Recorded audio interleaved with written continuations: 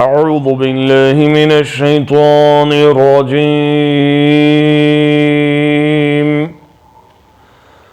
بسم الله الرحمن الرحيم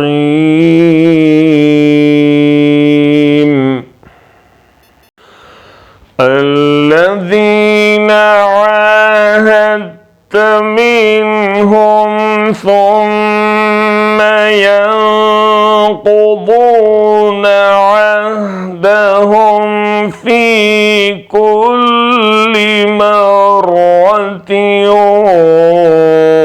وهم لا يتقون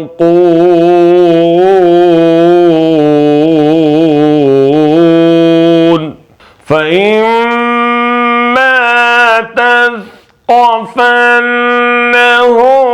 في الحرب فشرد بهم من خلفهم لعلهم يذكرون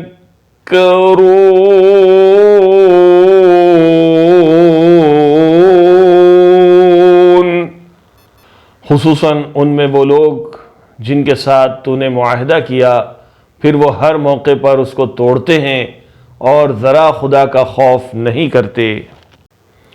बस अगर ये लोग तुम्हें लड़ाई में मिल जाएं तो उनकी ऐसी ख़बर लो कि उनके बाद जो दूसरे लोग ऐसी रविश इख्तियार करने वाले हों उनके हवास बाख्ता हो जाएं।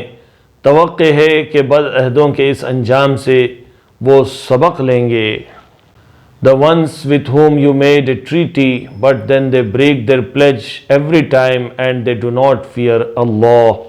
So if you, O Muhammad, gain dominance over them in war, disperse by means of them those behind them that perhaps they will be reminded.